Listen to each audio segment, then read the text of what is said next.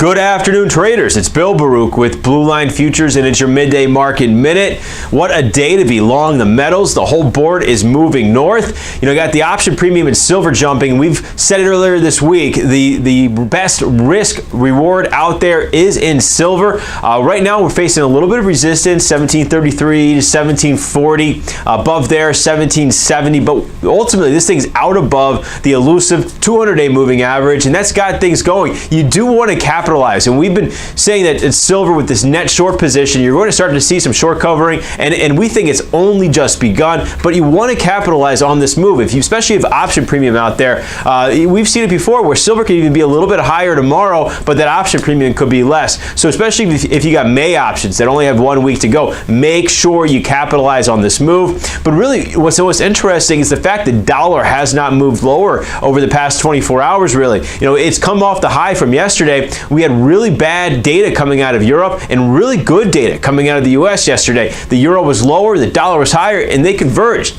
Ultimately, that was a sign for us as you saw gold down to 1340 support, work its way all the way back to 1350 before the end of the session. Something was brewing here, and there we got it today. The whole board is up. Copper, palladium, platinum, all moving north. And again, it's a great day to be long the metals.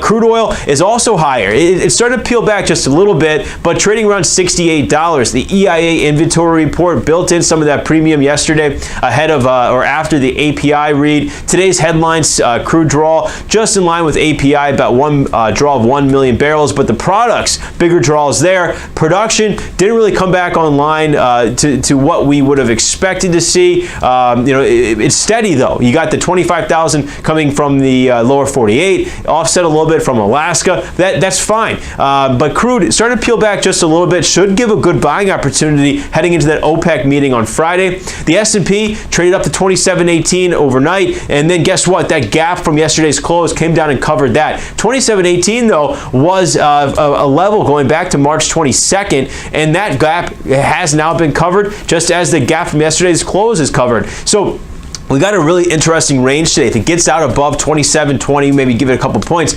we're going to likely run up to that trend line from the all-time highs. Comes in around 2743, 2745. That's our major three-star level. And then down below, if we make new session lows, this thing could go down to 2680 before the end of the day. So watch some of this stuff here. Lastly, touching on the Canadian dollar, we've been very bullish the Canadian for the last couple weeks.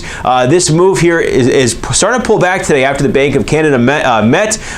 Ultimately, though, we've been talking about it in the FX rundown. We remain bullish if this market can stay with a close above about 79 to 79 and a quarter. Watch that level on a closing basis. But ultimately, over the past couple of weeks, it's been a very constructive chart. So watch that on the close. And we're here to talk about anything on the board. 312-278-0500. Email us info@bluelinefutures.com. You can sign up for a free trial of our research on our website. And remember, futures trading involves substantial risk of loss and is not suitable for all investors. Thanks a lot.